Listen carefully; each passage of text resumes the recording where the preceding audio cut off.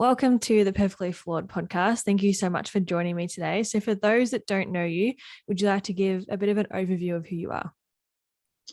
So, hey, Renee, thanks for having me on. It's good to be here. I'm Nathan Buschkuehl. I'm a 28-year-old exercise physiologist from Melbourne.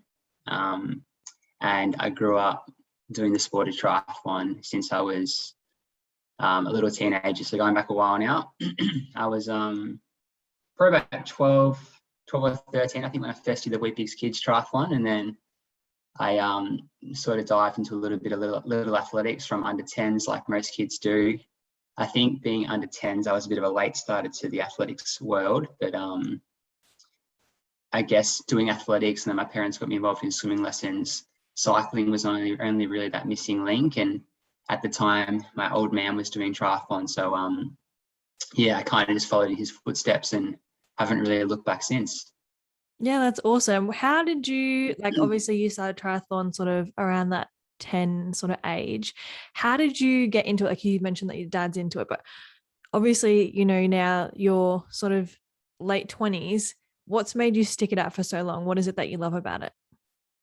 I think the thing I love most about triathlon is it's a sport where it challenges you to be better every day than you were the day before. And what I mean by that is even if it's just better at showing up, even if it's just better at getting up at 4:30 a.m. for a swimming session, as you might know, I think triathlon really shapes and sculpts you into quite a disciplined individual. And I think it teaches you a lot. I guess some of the lessons that it teaches you can really reciprocate later on in life when you might be thrown in a challenging situation. And I think, I guess triathlon exposes you to a lot of vulnerability. You've got to swim, you've got to bike, you've got to run. And it's not a team sport yet. It's very much an individual sport. You're on your own out there. So I guess the point I'm trying to make is it just really helps you become, I guess, quite a resilient and a disciplined individual. And I think sticking at it for such a long period of time throughout my teenage years and early 20s, I started to have a bit of success in the sport when I was early 20s. And that was probably the most rewarding when I could see, 2, 3, 4 years of really hard disciplined work with a great support network around me slowly started to pay off, because I wasn't a talented kid from a young age. Like I didn't have talented parents or anything, or I think I had pretty poor genetics, which is I think a fair enough assumption, just looking at our family background. So I'm not saying, my parents aren't athletic, but they certainly weren't superstars, like in the athletic world when they were kids. So I think I was able to get to where I was with just a result of hard work and discipline, and I'm sort of proud of how much it's shaped me today. Yeah, absolutely. I think sport can teach you a lot of things that can transfer into so many other areas of your life. I mean, I first met you through swimming at Tigersharks, so I do know a little bit about your training, but what does it sort of look like? As you said, it does require a lot of discipline and you have to be self-motivated because you are on your own. What does training look like? Yeah, I think if we talk a bit about the swimming, because it's probably going to resonate with you a lot, I guess, it involves so much discipline. So when I was training between the ages of 18 and 21, 22, that's when I really had a crack, because I was studying and I chose not to sort of engage in any real work. I was lucky to come from a supportive family at home that allowed me to do that. So what the training involved was, I think I was swimming 6 times a week, because I came from a very poor background in athletics altogether. So I swam 6 times a week. I probably ran about 6 times a week as well. And then I'd probably do 4 or 5 bike sessions and a couple of gym sessions as well. I wasn't overly active in the gym, and probably I lacked a lot of strength. And I guess I've learned that through my studies these days, that strength is extremely important, especially in a sport such as swimming or triathlon in general. You've got to be strong. Just helps you with your recovery and your performance. But yeah, look, I had some massive training days when I was training very hard. It was, a 4:45 a.m. alarm, maybe sometimes even 4:30 for a 5:30 start in the water with Ben back at the Tigersharks, and yeah, he was a great coach. He really looked after me and sort of took me under his wing. I think I was the only triathlete in the squad of national level swimmers, and yeah, it was 2 hours in the water, anywhere from 4 to maybe 7K on a distance morning.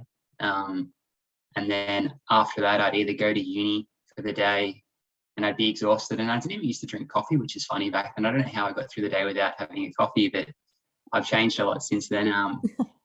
Anyway, and then after uni, I'd come home and I'd probably go for a 30-minute run, or I'd do a session on some days, anywhere from 10 to 15K running. And then I might even just jump on the bike for an hour in the evening or do another swim session. So yeah, it was just a lot of work.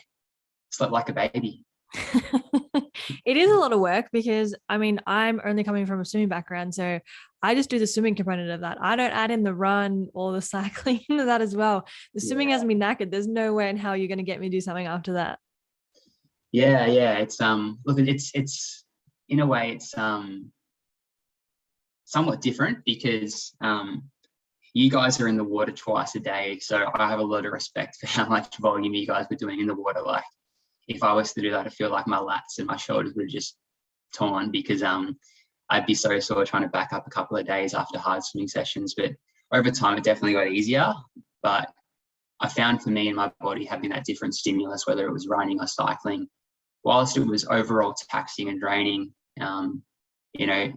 physiologically on the body, that I guess the change in stimulus from being in the water to going through more of a weight-bearing activity such as running definitely helped. Yeah, for sure. And, the training is quite brutal. So on those days that are a bit tougher when your body's tired, it's getting sore, you got those niggles. What's sort of that inner monologue like for you? What's going through your head? How do you push through? I think back when I was starting to get some really good momentum with it all, it was the inner monologue for me was just show up and do your best. I used to have like really high expectations of myself, and that definitely made it challenging some days because if I wasn't able to meet a certain time in the water, or if Ben was yelling at me because my 100-meter repeats were 1 second slower than what I needed to average, in a triathlon swim, then like it definitely gets to you. But I think just sort of resonating with yourself a little bit and having some acceptance on, even if you're not able to do the times on your day, if you can still give your best, and in your mind that you've had a good crack, then I think it just helps you get through regardless. Because I was reading the other day a really good flow chart that your best every day of the week is going to be significantly different, but you just got to look at your best average, because your best average over time is what's going to make the biggest difference, as opposed to comparing your best every day. Yeah, and like your best today can look completely different tomorrow. Like today it might be, oh, I hit all my times really well, like that's awesome. And tomorrow it might be you really saw and you still turned up and you still did everything that you could. 100%.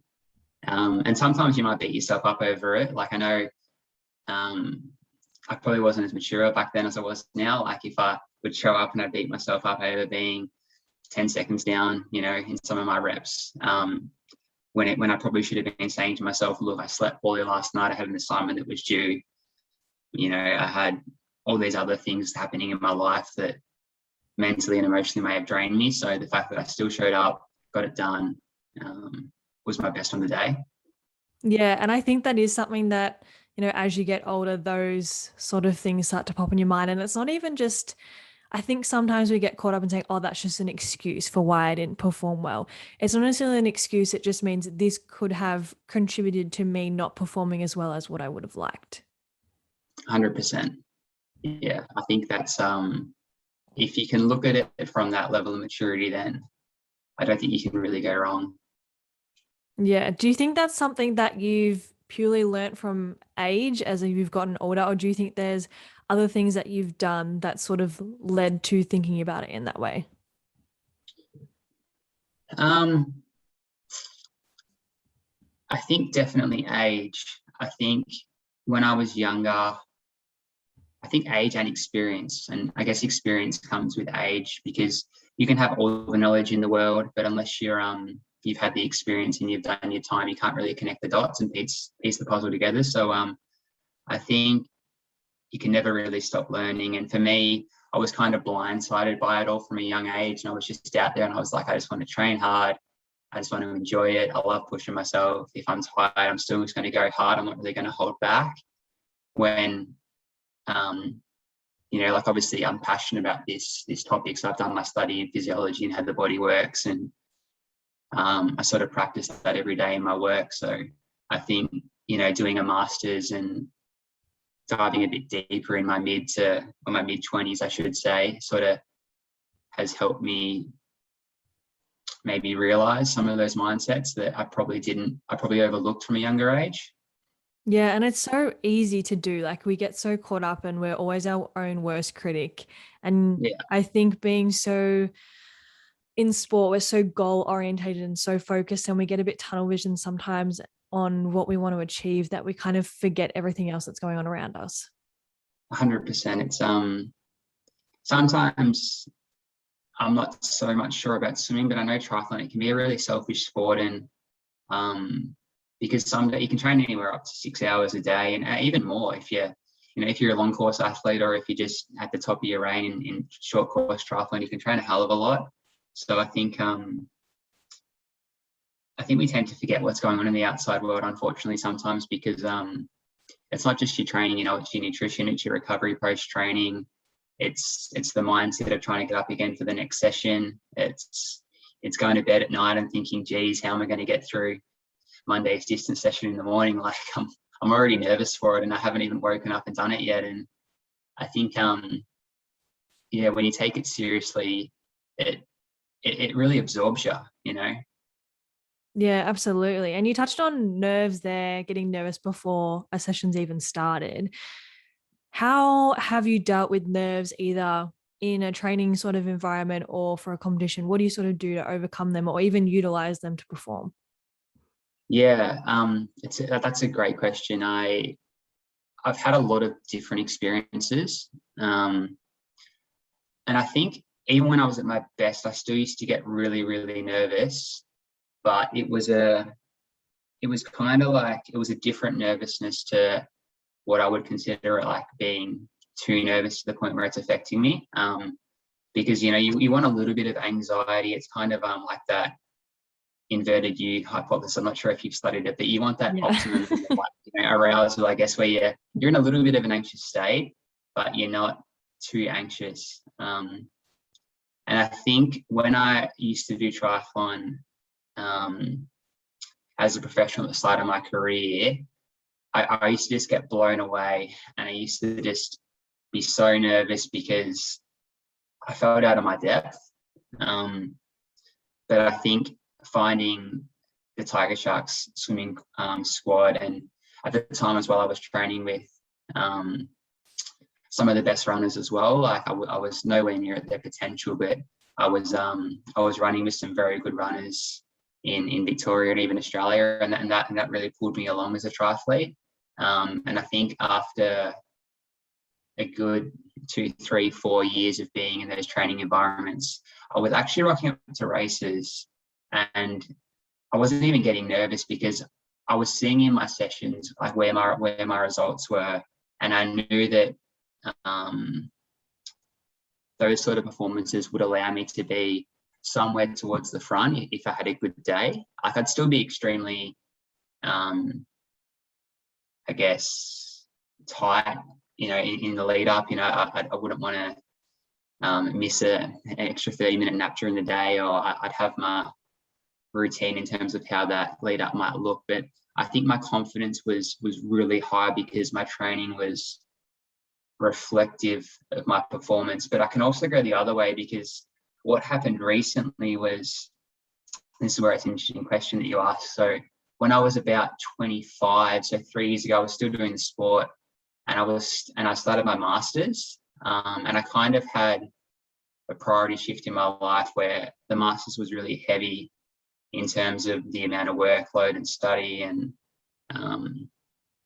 guess I'm more of a practical learner. So I kind of found that somewhat challenging, just going from an undergrad degree to a postgrad degree, and then having like this huge amount of workload, I guess, in that course, and really having to understand the body on a much deeper level. And then what I found, because I shifted my focus towards my studies and somewhat away from my triathlon when I hit 25, I was still rocking up to races as a professional and racing in that category, but I hadn't done the same amount of training, and I was getting such bad anxiety to the point where I was vomiting before races, because I couldn't like stomach knowing that I just wasn't going to be able to like keep up. And in my mind, my ego was kind of like, come on, like Nathan, you can still be up there. But deep down inside, I just hadn't done the work that I was doing, 3 years ago.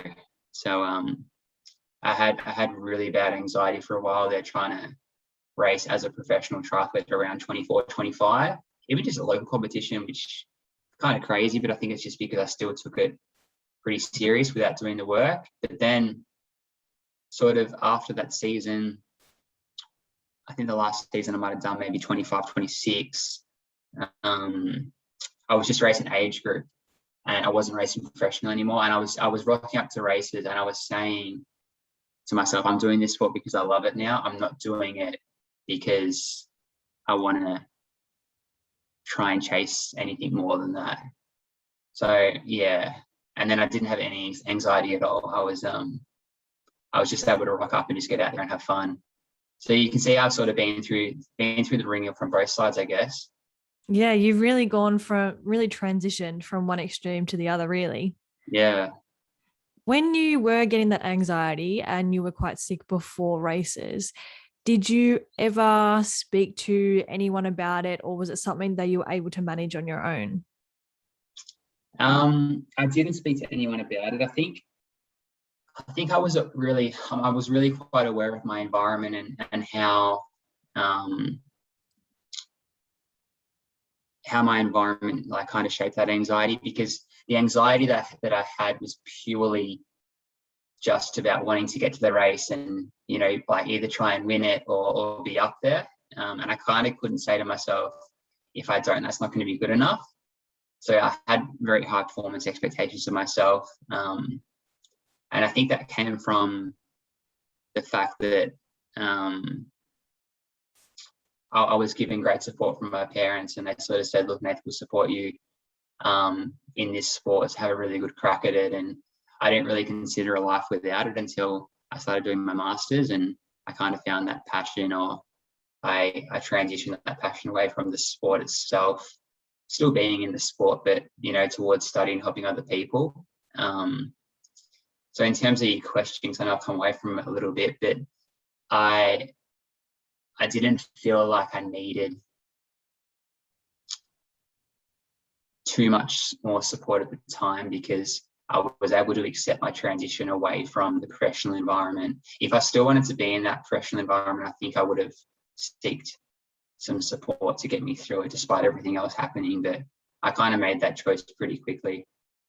Yeah. And I could be completely wrong in saying this, but do you think in a way that when you're in sort of that professional environment, your identity was very much on your triathlon, your sport, your performance, and sort of when you transition into doing your masters, you could see that there's a life outside of sport and there was another passion, like there's more to life than just sport? Yeah, 100%. I think sport will always, and even the sport of triathlon will always be something I'll do. But as like it's with anyone, you get to an age where you've got to fend for yourself, that like you want to move on, whether that's investing in a house or a family, or just having those other aspects of your life too. So yeah, my identity was very much triathlon until 25, and then it sort of became probably 10% triathlon, and then 90% prioritizing what's most important and what's going to allow me to succeed because I knew that if I got through my masters and I did well there, I could land a job and then be able to help people in my chosen field of exercise physiology. Yeah. Do you think, I'm so fascinated by this, the transition into, your identity being so involved in the sport that you love so much, into finding other areas of your life that you have passion in and other aspirations that you want. What was that transition like? And do you think that it literally just stemmed from doing your masters and doing that and then sort of going, oh, hey, I actually really like this, I can see this going further? Or was there other things sort of going on for you that sort of helped with that transition? Yeah. I think I was lucky with the transition because the field of study that I've done is still comes back to sport. Like in a way, it's interrelated, because like triathlon is going to affect your mindset and your physiology and your body, and that's exactly what I've studied. So I think being able to tie the two together made the transition easier. But when I initially stepped away from the competitive side of it, it was tough. I kind of felt like I lost my identity for a bit. But I think all the experiences that I had and all the hardships that I had, whether it was in training or defeat, just made me into like a really resilient person. And it's kind of like because of that environment that I put myself in the sport and I put myself out there, I feel like I had a pretty big brick wall that was already built. So it's kind of like when I stepped away from it, and certain things came into my life and started throwing bricks at me, it wasn't enough to knock me down. I'm not sure if this is a good analogy or not, what I'm trying to say, but does that kind of make sense? Like, Yeah, I mean, it makes sense to me. I hope it makes sense to everybody that's listening, but yeah, it makes sense to me. Yeah, so like I think from that, a good learning curve would be that if you can put yourself in an environment from a young age and in a sport where you can thrive and you can enjoy it and you can get the self-satisfaction to know that you're doing the best you can, and you got to separate everything else that's going on and just look at one thing at a time, then I think you can certainly build a great foundation for the future when you do need to tackle other aspects of your life too. Yeah, for sure. And you touched on earlier about how whilst triathlon is very much an individual sport, you still had a lot of social support around you. How important is that? Oh yeah, it's everything, because it makes in a way it takes the individual side away from the sport, because some days like you just need to rock up to a session and see a mate, and if you've got to get through, because I was doing up to 2-hour long runs, by myself with no music, or I was doing some pretty tough sessions on the track, and people are always going to have harder sessions, so it just depends what perspective you look at it from. But yeah, just to be able to see a mate or see a group and get through the session with a group, and sort of, as you know, in swimming, like it's an individual sport, but the team environment's really important too, because for me, the Tigersharks, and I'm not too sure on your experiences, Renee, but some of the boys really got around me, and I still speak to a few of them these days, and we try to get around each other, in those hard sessions. And I think unless you've been in a sport where you touch the wall and you're at 180 beats a minute and you're on the ends of your limit, but you've got 25 100-meter repeats to go, and you're coming in and you're having 5 seconds rest each repetition, and you're just like, how could I possibly push out one more? I think having a great group of mates there yelling in your ear, having a coach saying, just really getting behind you, gives you something more, whether that's adrenaline or whether that's just that extra bit of will within you to keep going. So yeah, I guess the message there is the social side is probably one of the most important things, because sometimes I would try and do a session of the same extent on my own, and the times wouldn't be the same. No, I 100% agree. And I think, I mean, I've been, excuse me, every squad I've been in, I've been very fortunate where I have sort of had that support that you described, where, you know, you're in the middle of a really tough set, you feel like your lungs are going to explode and you can't possibly think of doing another one. And you're only halfway through the set. And it's like, oh my God, I don't even know how I'm going to finish. And Yeah. having someone look over at you who looks just as knackered as you and just goes, all right, we'll just do one more together. And you just keep saying that until you finish. There's just no better feeling than knowing that, okay, yes, this sucks, but everyone is struggling with me too. Like, I'm not the only one that's doing this.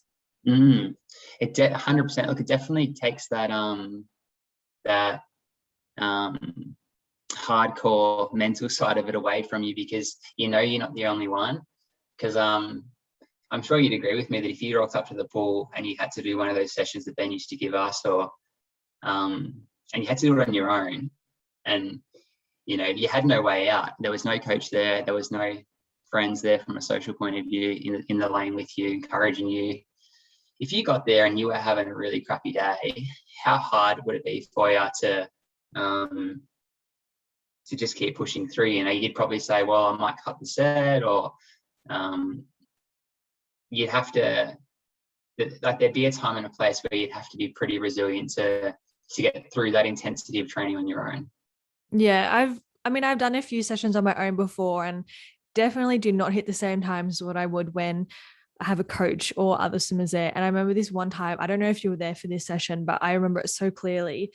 For those that don't know swimming, at the pool that we trained at, there's a boom so you can go from 50 meters to 25. And for whatever reason, the boom was not in the correct spot.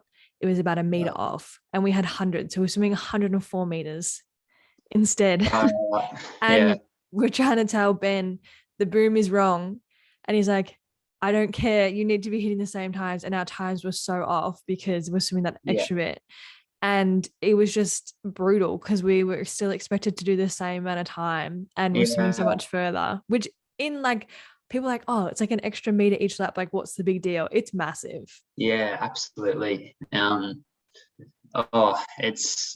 used to give some tough sessions, and I guess that's what it takes. If you look at swimmers these days in those national, whether it's at like Nunawading or Melbourne Big Centre, you know, like those guys do crazy sets.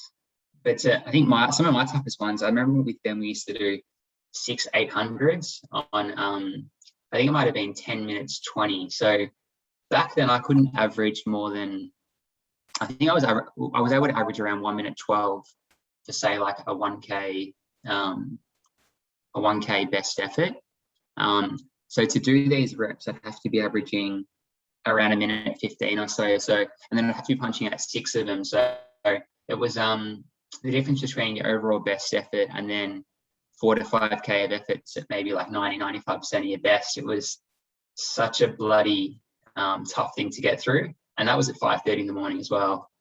So yeah, it definitely makes you a better swimmer, that's for sure. Yeah, there's so many brutal sets. And I remember we used to do doubles on Saturday. I don't know if you ever did those, but the doubles on Saturday, the Saturday afternoon sessions were the worst session of the whole week. I remember, Renee, when I was really training hard, I used to go for a 150K bike ride Saturday morning. And then I'd go for maybe a 5K jog off the bike just to tick the legs over and get a little bit of extra running volume in for the week. And then I'd rock up on a Saturday arvo. And I think sometimes we do like 30 or 40 100s best effort. And it might be like 30 beats below, 20 beats below, 10 beats below, and then just like best average or it was insane. And you know, you do those 30 100s after maybe 3 or 4K of work beforehand. It wasn't just a 3 to 4K session, it was 6 or 7K some days. So I remember being completely exhausted, and sometimes Ben would be yelling at me, and just had nothing left in the tank. Yeah, those sessions are honestly so hardcore. And we do like skipping, like full like hour of like dry land before we even got in the water. They were like endless, those sessions, I swear. Oh, it's it does make it tough though, doesn't it? You know, if you put in a couple of years of rocking up every Saturday to that, I think it makes you pretty resilient, that's for sure. 100%. Now you've had quite, I would say, a long career, and you've been in sort of that professional environment. What would you say would be like your biggest success, I guess, is probably the best way to put it? Yeah, so this one came in 2014, which feels like a lifetime ago now because we're in 2021. But that's probably when I was at my best in the sport. So that's going back when I was 21, so I'm 28 now. And it came, I think I found Tigersharks around 16. And then maybe 18, 19, I got the invite from Ben to join the national squad. And in triathlon, back when I was racing, how it sort of used to work, I guess, in short course triathlon or Olympic distance was the swim was very, very important, because after we came out of the water, it was draft legal. And what that means is if you're not the strongest biker, if you're able to draft in a pack, it can become a lot more tactical, because like the aerodynamic effect of sitting behind someone else or sitting in a group of riders, it might be like, and don't quote me on these figures, but maybe 30% easier, as opposed to riding on your own and having the wind in your face, and I guess trying to, you have to push a lot more power on your own as opposed to just riding in a group. So it's kind of like drafting behind someone in the water. But I guess the physics of how that looks in the water is going to be different to on the bike. So why this was a great race for me in 2014, it was the Maluba Continental Cup. And I had, in Continental Cup racing, that's basically all professional athletes that I guess want to compete on our continent, whether that's Australia, New Zealand. Occasionally we'd get people from other regions as well, but yeah, it was just professional athletes. And they also had World Cup, but World Cup was at a higher level again. That was kind of like your world's best triathletes, but Continental Cup was still a very high level, and still had some athletes, that went on to be some of the best Australia's ever had. So in a way, it had a lot of Olympians in the race, and a lot of people that have since gone on to be Olympians, whether that's for Australia or not. And in this race, I got out of the water and I was in contention to make that front group. And on the bike, I was able to make the front group. So that was the first time I'd actually been in a really good position, as opposed to getting out the water and being a few minutes behind, and then riding on my own, so to speak. So yeah, and then I got off, and I was running with Jake Whistler, and I remember this pretty clearly. And I was able to run with Jake. I'm not sure if you know him or not, but he's an amazing athlete and went to the Olympics, the Com Games silver as well. And I ran with him for about 9 kilometers out of the 10, and then he pushed away in the final K. But yeah, I came second in that race, and that's probably my biggest result to date on that level in the professional sport. Yeah, which is amazing. It's so good. Thanks, Renee. No worries. What kind of impact would you say sport has had on your life? I mean, you sort of touched on how it sort of evolved. What like overall impact do you think sport has had for you? I guess it's had more of some characteristic type impacts for me. Like, I guess it's made me more disciplined, more resilient, more willing to have a crack in life, and whether that's at work or just anything, that any challenges life has thrown at you, it's allowed me to look at things from a really big picture point of view and kind of see the positive in every situation. I'm a pretty happy person, and I think that sport has really allowed me to, I guess, blossom in life because of how hard I worked from a young age and some of the challenges that I had to overcome. I was extremely lucky, though. I never had any serious setbacks or real major injuries. So I was pretty blessed in that regard. Yeah. I mean, it's pretty easy to get injured when you're racking up so many Ks. So Yeah, I think I was one of the lucky ones.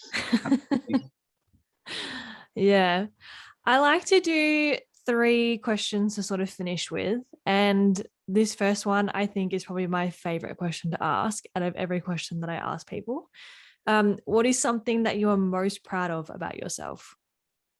Um, I think just the happy, easygoing person I am, and I'm super positive.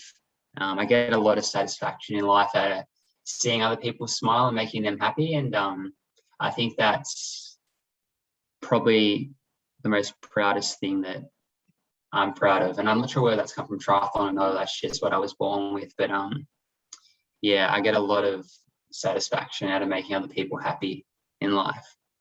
Yeah, whenever I say you always have this massive smile on your face, so I can attest to that. It's 100% true.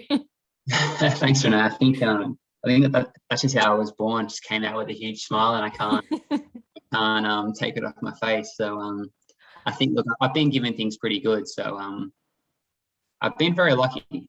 You know, I'm not going to not acknowledge that I did have a good upbringing, and I think plenty of things to smile about. 100%.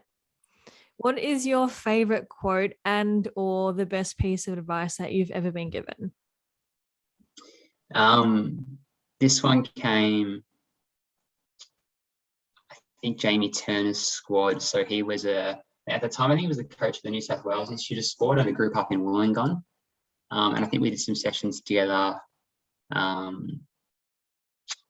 at Falls Creek when I was up there with some triathletes, and also when I was training over in Spain with the Victorian triathlon squad as well. But the quote was, "Get comfortable with the uncomfortable."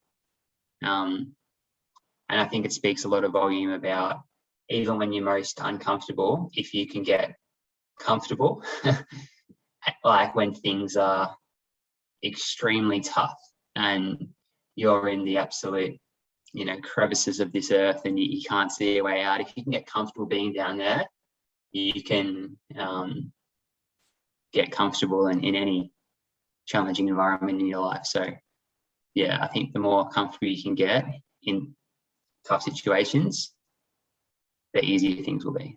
Yeah, it's a good quote. I've heard it so many times, particularly in swimming. It's like, it's going to feel really uncomfortable, but you just have to deal with it. Yeah.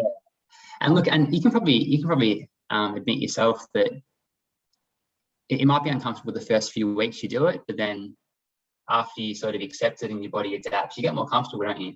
Yeah, 100%. Yeah. Yeah.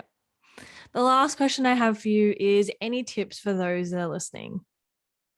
And I'm not sure if it's another quote or not, but I think this is something that I just sort of gathered myself, was that every day is an opportunity to sort of show up and give your best effort, and it doesn't matter what you're doing. So that's, I think, probably a good tip for the listeners, and hopefully they can take something away.